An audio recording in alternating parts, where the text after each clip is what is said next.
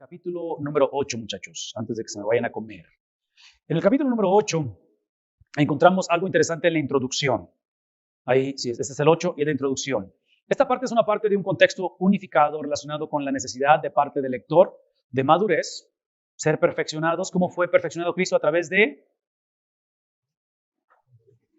Una vez más, ¿cómo fue perfeccionado Cristo? Porque fue perfeccionado. Jesús creció en madurez a través de sufrimiento. Sufrimiento. Entonces, aparentemente el lector, la audiencia, necesita crecer en madurez a través de sufrimiento. Esta sección inicia en el 5:11, termina en el 10:18, con un paréntesis de advertencia del 5:12 al 6:20, que ya lo hemos leído. Como se desarrolla el capítulo 2, observen esto es importante. El capítulo 2 fue conectado con el Salmo 8. Capítulos 3 y 4 son conectados con el Salmo 110. Y capítulo 8, que es en el que estamos, va conectado con un pasaje que ustedes probablemente conocen, que es Jeremías 31, 34, 31 al 34.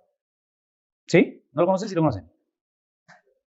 Lo ponen en Facebook todo el tiempo, les encanta. Estos son pasajes que les gusta cantarlos y orarlos. Es Jeremías 31, 34. Entre paréntesis, en cuestión de Jeremías, ¿de dónde escribe él su carta? ¿Qué es la condición, el contexto? ¿Qué está pasando cuando Jeremías habla? Es el profeta llorón, ¿no es cierto? Es el que escribe el libro de Lamentaciones. O sea, es el señor deprimido que se quiere suicidar y que ya se va a cortar las venas porque no, esto del ministerio nomás no jala. Ya, sí, no, aquí son una bola de patanes, son unos hipócritas. Por más que trato, todo va mal. Eso es Jeremías. ¿Okay? Entonces, menciono esto porque ese capítulo 31, versículos 31 y 34, que es muy conocido y te lo vamos a leer, quiero que lo contextualicen antes de que lo celebren. ¿Ok?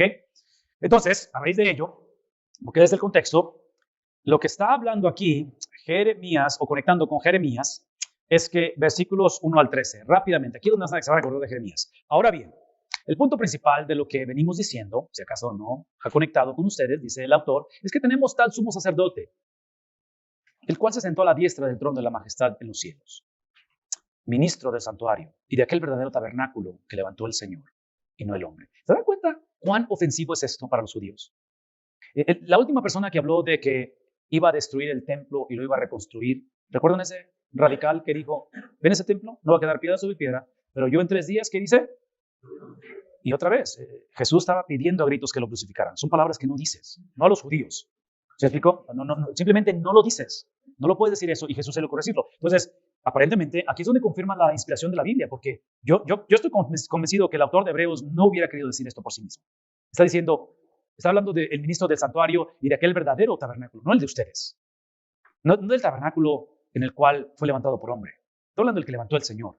Porque todos somos sacerdote, versículo 3, todos somos sacerdote, está constituido para presentar ofrendas y sacrificios, por lo cual es necesario que también éste tenga algo que ofrecer por sí mismo, ¿verdad? Así que, si estuviese sobre la tierra, ni siquiera sería sacerdote, habiendo aún sacerdotes que presentan las ofrendas según la ley, los cuales sirven a lo que es figura y sombra de las cosas celestiales. O sea, esto nada más es una apariencia de lo que viene. Como se lo advirtió Moisés cuando iba a erigir el tabernáculo, diciéndole, mira, haz todas las cosas conforme al modelo que se te ha mostrado en el monte. Pero ahora, tanto mejor ministerio es el suyo, cuando es mediador de un mejor pacto, establecido sobre mejores promesas. Porque si aquel primero hubiera sido sin defecto, el de Moisés, ciertamente no se hubiera procurado lugar para el segundo. Porque reprendiéndolos dice, he aquí vienen días, Jeremías, he aquí vienen días, dice el Señor, en que estableceré con la casa de Israel, otra vez, el esfuerzo de regresar a sus clases de Antiguo Testamento, panorama y todo eso. Escuchen el lenguaje de este ingrato o ingrata, no sé quién escribió esto, pero lo que está diciendo está pidiendo a gritos que lo rechacen, que lo condenen, que lo ejecuten y que el pueblo haga exactamente lo opuesto de lo que está diciendo, que es lo que van a terminar haciendo. Pero escuchen lo que está diciendo. Se le ocurre mencionar a Jeremías y dice esto. Él reprendiéndolos, y los reprendo otra vez, porque a sus padres, que Dios les habló a través de los profetas, y estoy hablando del profeta Jeremías, no le hicieron caso, voy a tener que decir lo mismo. He aquí vienen días, dice el Señor. ¿Quién lo dice? Otra vez, esa palabra Señor, ¿verdad? Amo, patrón, dueño. Es el Dios de pactos. Y es el lenguaje que usa Jeremías en el 31, donde el pacto, escuchen esto, el pacto, el Dios de pactos había dicho desde Abraham, desde Isaac, desde Jacob, desde Moisés, desde Noé, desde David, que nosotros somos su pueblo escogido. Y en Jeremías capítulo 31, si leen los primeros versículos, están en medio de la desolación, lo cual, si yo soy judío viviendo en ese momento de desolación, eso del pacto fueron mentiras. Porque lo último que estoy viviendo son los beneficios del pacto. ¿Por qué? Porque convenencieramente ignoré las responsabilidades del pacto. ¿Sí ven lo que está pasando aquí? En momentos de tragedia, el cristiano típicamente enfatiza, el evangelio de la prosperidad, las bendiciones del pacto a expensas de ignorar las responsabilidades del pacto. Ese es el evangelio de la prosperidad. No funciona. Jeremías 31. No funciona. Dejemos de predicarlo y dejemos de practicarlo. Entremos a nuestras iglesias este verano asumiendo que ellos practican, la gente practica un evangelio de la prosperidad, ¿cómo se dice? De ese tipo de actitud que es agresivo, pasivo, ¿cómo se dice? No sé cómo se dice, pero es el tipo de actitud que eres agresivo, pero no eres agresivo como que cochinito de palo, que sí, que no, pero tiras la piedra y escondes la mano o algo así. Es el tipo de evangelio de prosperidad que practicamos hoy en día, donde en realidad nos interesa el beneficio de ser parte de la familia de Dios, de la casa de Dios. Nos interesa el reposo, pero no nos interesa el que es dueño del reposo. ¿Me explico? Nos interesa la bendición, no me interesa el dador de la bendición y no me interesa ver que Él es la bendición. Me interesa que en Cristo todo lo puedo, no me interesa que me fortalezca. Porque si en Él todo lo puedo, entonces no necesito fortaleza porque todo lo puedo. ¿Me explico? Los losers necesitan fortaleza. Nosotros los cristianos todo lo podemos. Eso no es lo que está diciendo la palabra de Dios. Esa es una distorsión de la palabra de Dios. ¿Me explico? Pero eso es la manera en que vive la iglesia hoy en día. No lo sabe porque somos ignorantes de la palabra. No lo sabe porque somos el tipo de generación que escudriñamos la Biblia en lugar de que seamos escudriñados por la Biblia. Entonces, recuerden que la conversación tiene que ver con acercarnos a nuestra salvación con temor y temblor. Eso es lo que estamos hablando. De que nuestra tendencia es literalmente caer en la tendencia de la audiencia de Jeremías y de Hebreos, donde suena cómico ahorita, pero no fue cómico en ese tiempo. Suena cómico que estos chavos caen en el 586, caen en desolación y los ingratos se sorprenden por qué están en desolación. Se sorprenden. ¿Sí me explicó? O sea, dices tú, el problema no es que estamos predicando un evangelio corrupto, el problema es que no sabemos que estamos predicando un evangelio corrupto, que es un problema más serio que predicar el evangelio corrupto. Entonces, esa es la tensión que vimos. Entonces, cuando él dice, en versículo 8, he aquí vienen días, dice el Señor, lo cual otra vez, el Señor, el amo, el patrón, el dueño, pero ahorita los babilonios gobiernan, entonces es Señor con S minúscula, porque realmente el Señor es Nabucodonosor, ¿verdad? Eso es lo que aparenta la situación. Ok, dice, en que estableceré, ¿qué cosa? La casa de, observen, la casa de Israel y la casa de, ok, entonces otra vez, necesitamos regresar y entablar la conversación de esto, para poder entender esto. ¿Recuerdan esto? Cuando Jeremías dice que vienen los días, dice el Señor, que voy a establecer la casa de Dios, la casa de Israel y la casa de Judá. Observen históricamente que Jeremías es profeta ¿en cuál reino? ¿Del norte o del sur? Del sur. Entonces es obvio que Jeremías está hablando a una generación de la cual el reino del sur se componía de 2 tribus, el reino del norte de 10 tribus, que en el 722 fueron aniquilados, fueron llevados a exilio. Estos hombres están en ese proceso de ser exiliados, de ser expatriados, de estar en desolación. Pero este es mi punto simplemente, que entre el reino del norte y el reino del sur hay un odio a muerte entre ellos. La capital del reino del norte se llama Samaria. Los judíos no querían a los samaritanos. Entonces, cuando Jeremías tiene la audacia de profetizar que el Señor es aquel que va a establecer, en que estableceré con Israel y con Judá un nuevo pacto, la audiencia es Judá. La audiencia no es Israel. Entonces, lo que está haciendo Jeremías y está haciendo Hebreos es que les está diciendo, cuando el Señor restablezca su reino, lo va a establecer con ustedes y con los que ustedes odian.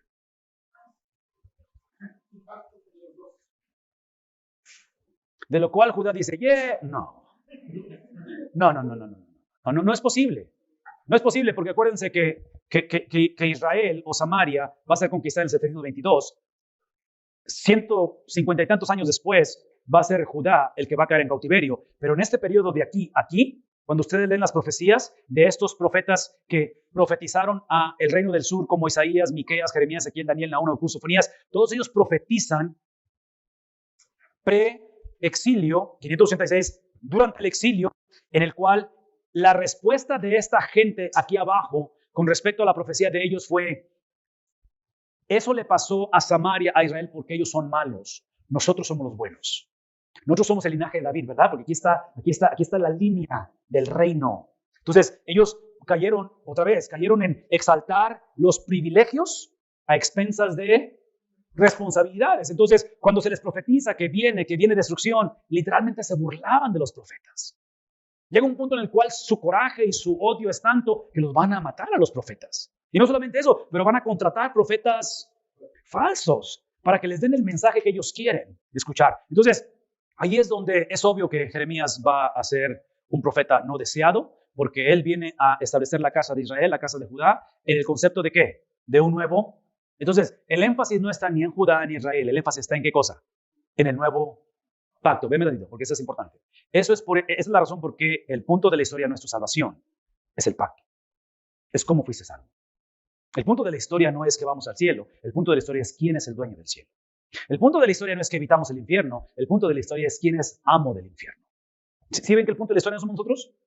Ese es el punto de la historia. Entonces, no es más, hacer ministerio, servir al Señor vocacionalmente, es tratar de llevar este mensaje a gente que no quiere escucharlo, porque la gente quiere simplemente buscar versículos de la Biblia que enfaticen que yo soy el punto de la historia. Que Cristo murió por mí. Cristo me ama, bien lo sé. Su palabra me hace ver. ¿No es cierto? Y yo entiendo lo que están diciendo, pero esa es mala teología. Porque Cristo amó a la humanidad, simplemente que yo soy parte de la humanidad. ¿Me explico? Y Cristo me ama tanto a mí, que ha puesto una condición en la relación que tengo con Él. En lugar de decir, Cristo me ama y puedo hacer lo que yo quiera. No, ese es un mensaje equivocado. Ok, entonces, aquí es donde Jeremías, si acaso no han entendido el mensaje, versículo 9 dice, si acaso no saben qué quiero decir con nuevo pacto, estoy hablando de que no va a ser como el pacto que hice con ¿quién? Con sus padres. El pacto que hice con sus padres el día, el cual yo los tomé de la mano para sacarlos ¿de dónde? En otras palabras, Jeremías está usando un lenguaje como lo ha usado Hebreos, un lenguaje el cual, regresando al ejercicio que hicimos al principio, donde entramos primero a qué cosa, que él fue el número 1, las evidencias. ¿Qué son las evidencias? Entonces, para introducir un nuevo pacto, Jeremías y Hebreos introducen la evidencia de un antiguo pacto. Nadie de la audiencia podía negar que había un pacto que se había hecho. Que la salida de Egipto fue a través de un pacto reflejado en el sacrificar un cordero y tomar su sangre y poner la sangre en los marcos de la puerta. Ese es un pacto, ¿verdad? Todos sabían en su crecimiento como judío que Abraham recibió un pacto. Todos sabían en la historia que escuchaban en la escuela dominical y en los cultos de las sinagogas que había una historia donde Abraham es requerido que sacrifique a su hijo Isaac. ¿Y quién interviene? Interviene Dios. Todos saben lo que pasa entre Esaú y Jacob y la cuestión de la primogenitura. ¿Recuerdan eso? Todo es pacto, ¿no es cierto? Todo es pacto. Entonces, lo que está haciendo Jeremías está usando la evidencia. Está diciendo, ustedes hicieron un pacto anteriormente. Es que ahora yo no tengo el tiempo para mejorar el pacto, retomar el pacto, modificar el pacto, adaptar el pacto. Yo simplemente vengo a introducir, ¿qué tipo de pacto? ¿Qué tipo de pacto? Un nuevo pacto. Un nuevo pacto. No tenemos tiempo para estar tratando de mejorar la condición, hacer promesas y simplemente cambiar la conducta de la iglesia, de la familia, de mi persona. Es simplemente que tiene que haber literalmente el que desaparezca o el que literalmente cedamos completamente nuestro derecho y podamos ver el reino de Dios florecer en toda su magnitud. Por eso está diciendo él aquí que no es el pacto que yo hice con sus padres, el cual cuando yo los tomé de la mano para sacarlos de la tierra de Egipto, dice, porque ellos no permanecieron. ¿Qué pasó? ¿No permanecieron en qué? En mi pacto. Y una vez más, para ser justos en la conversación, no permanecieron en mi pacto, no porque no quisieron. No permanecieron en el pacto no porque eran malos. Es porque el pacto no fue diseñado para que permaneciera. El pacto sin Cristo es una maldición. El pacto sin Cristo te condena. El pacto sin Cristo es simplemente tener un problema físico donde hay un diagnóstico, pero el doctor dice no te voy a operar. Así es que vas a morir sabiendo. Eso es lo bueno. No vas a morir ignorante. Y va a ser una muerte muy, muy, muy lenta, pero vas a morir. Lo bueno es que vas a saber de qué vas a morir. Obvio que no es suficiente, ¿verdad? Entonces, si alguien me dice que es el problema, yo espero que me des la solución del problema. Entonces, en este caso, ellos no pudieron llevar a cabo ese pacto. Y es entonces en el cual él dice, hablando de la falta que ellos tuvieron, de que no pudieron llevar a cabo ese pacto al salir, dice ahí, y yo me desentendí de ellos, dice el Señor, porque no tengo opción, soy un Dios santo, ustedes pecaron, no tengo opción. Es parte de mi amor por ti, de que tienes que conocer mi ira, ¿no es cierto? Es la disciplina del Señor. Es el principio de que yo no sé si ustedes han pensado en esto, en la diferencia que hay, y esto suena cómico, pero no lo es, pero suena a veces cuando lo estudias, pero cuando lo vives no es nada cómico. Pero en la cuestión de estas naciones de arriba, las naciones malas, las naciones pecaminosas, y pensar en lo que Dios hace al pueblo de Israel con esos exilios, que es obviamente la disciplina del Señor, y lo que el Señor le hace a estas naciones. ¿Se han olvidado de eso? Lo que Dios le hace. En otras palabras, los profetas muchas de las veces, si no es que siempre, profetizaban en contra de la nación de Israel o del pueblo de Dios, y profetizaban también en contra de ¿quién? Del opresor. ¿Recuerdan eso? Ok, ese es mi punto. De que hay un principio aquí que, otra vez, no es fácil de explicar, pero aparentemente lo que Dios trae sobre la nación, sobre su pueblo, es disciplina. Lo que Él trae sobre las naciones del mundo es castigo.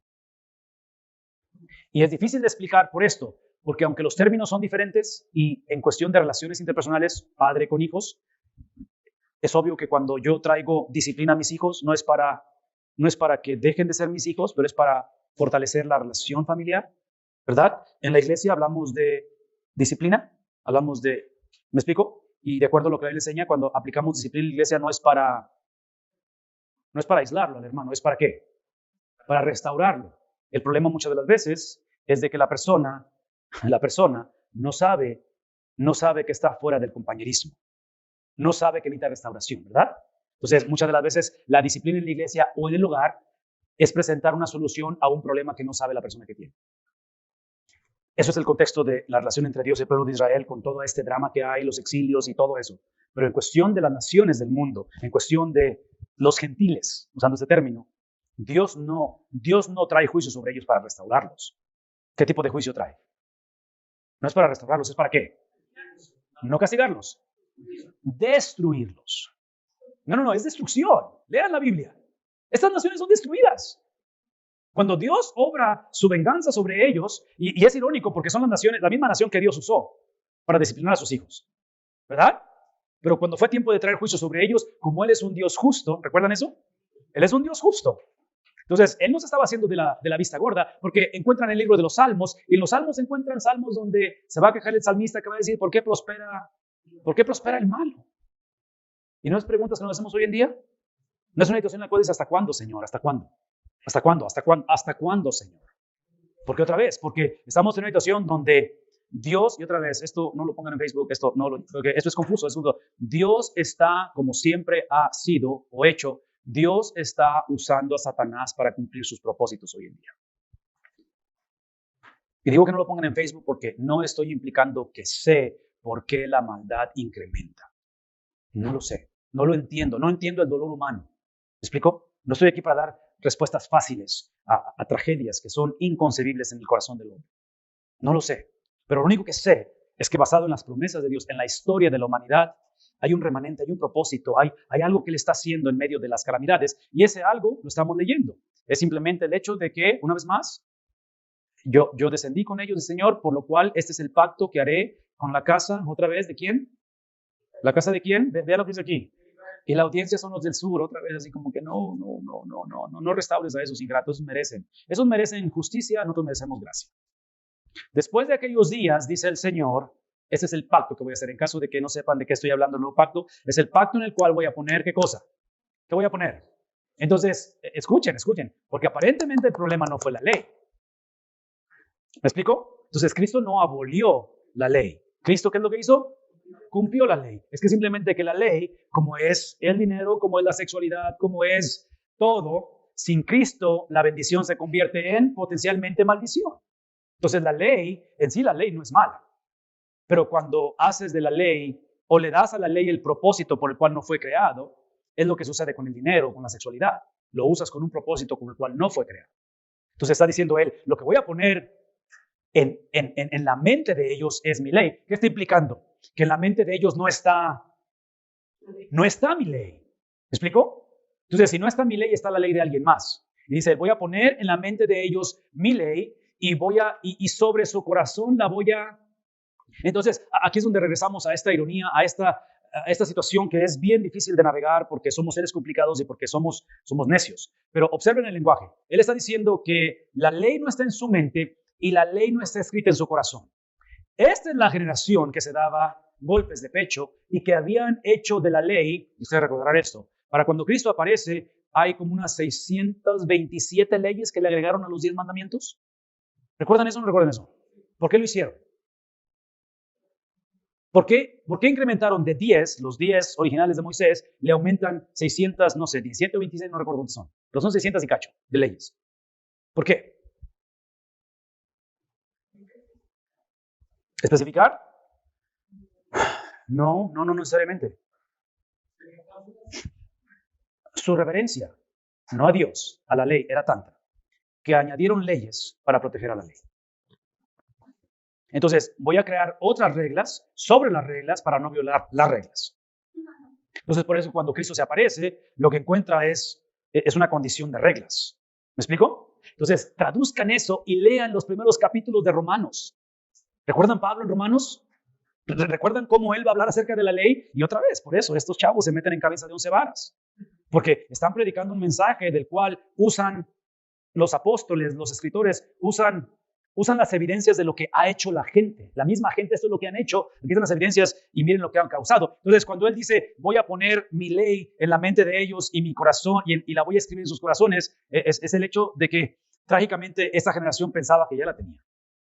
Por eso les he dicho a través del día que hay gente en la iglesia que es salva y no sabe que es salva, pero hay gente que piensa que es salva, pero no es salva, ¿verdad? Es lo que estamos hablando aquí, porque ellos pensaban que la ley, inclusive ellos pensaban que la tenían porque literalmente eran maestros de la ley. ¿Sí recuerdan eso? Eran, o sea, Jesús mismo dice que a menos que, ¿cómo dice Jesús? A menos que, no sé si habla de piedad, de pureza que tengas de los fariseos, no heredarás la vida eterna. Tengo que usar el pasaje, pero va por ahí, porque se le reconocía que esta generación del Sanedrín, ese grupo selecto de 3,000 judíos en la historia del judaísmo, calificaron como una élite. Saulo fue uno de ellos. O sea, es ofensivo decir, ustedes no la tienen. En fin, es la ley en la cual dice, la voy a poner en sus mentes, la voy a escribir en el corazón de ustedes, y eso es lo que va a producir. Eso es lo que va a producir. Que yo seré a ellos. ¿Qué cosa? ¿Qué está implicando? Que de ellos yo no soy su Dios. ¿Creen que eso es ofensivo? Yo no soy su Dios. Yo dejé de ser el Dios de ustedes hace mucho tiempo. Es lo que está diciendo. Yo voy a ser a ellos por Dios. Y ellos van a ser, ¿qué cosa? Porque ustedes piensan que son mi pueblo. Porque han enfatizado el privilegio del pacto. Pero se han olvidado ¿de qué cosa? No. Han enfatizado el privilegio a expensas de la responsabilidad. El que yo sea tu Dios y tú seas mi pueblo es la combinación de ambos. Porque así como tienes que creer en mí, creer en Dios, tienes que creerle a Dios. Por lo tanto, y ninguno enseñará a su prójimo, ninguno a su hermano, diciendo conoce al Señor, porque todos, y otra vez, esa palabra todos es una mala palabra de ponerle a un grupo selecto en el cual ellos se creen élites, se creen el VIP, se creen mejores que sus hermanos del norte, los samaritanos, los israelitas, los judíos, ¿sí? Y está diciendo todos van a saber, incluyendo a los babilonios que nos tienen opresión, todos van a saber. ¿Me explico? Todos. Porque todos me conocerán desde el menor hasta el mayor de ellos, porque seré propicio a sus injusticias y nunca más me acordaré de sus pecados y de sus iniquidades. Al decir nuevo pacto, ha dado por viejo al primero, y lo que se da por viejo y se envejece está próximo a desaparecer. Entonces, aquí es donde una vez más el evangelio no es la modificación o no es el incremento de una conducta, de un estilo de vida, ese es Joel Austin. El evangelio es la desaparición de algo y la implementación o el nacimiento de alguien. Ese es el evangelio. Entonces, una de las cosas que decimos típicamente y les recordamos a los pastores misioneros es que, y otra vez, yo estoy en una iglesia de 106 años, hoy en día en el pastorado, la iglesia tiene que estructurarse y tiene que navegarse y hacer las cosas como si fuera una plantación una vez más. Tiene que reinventarse la iglesia. No porque ha dejado de ser iglesia, pero porque nuestra tendencia es tratar los sistemas, aún nuestra manera de hacer las cosas, donde eventualmente nos enamoramos de lo que estamos haciendo en lugar de la persona por la cual lo estamos haciendo. Entonces empezamos a batallar con prácticas que las empezamos a hacer ídolos de ellas, ¿no es cierto? Entonces, yo creo que cada pastor, independientemente de dónde va, tiene que verse como misionero, tiene que verse como una persona que está penetrando o entablando un diálogo con una cultura completamente diferente, aunque sea nuestra cultura, aunque sea nuestra gente, aunque sea nuestro idioma, pero no podemos asumir ese tipo de cosas. ¿Preguntas? ¿Comentarios antes de irnos? Les recomiendo que lean Jeremías con detalle, porque los versículos previos son bien difíciles. Los versículos previos es donde está toda la desolación y toda la confusión y todo ello.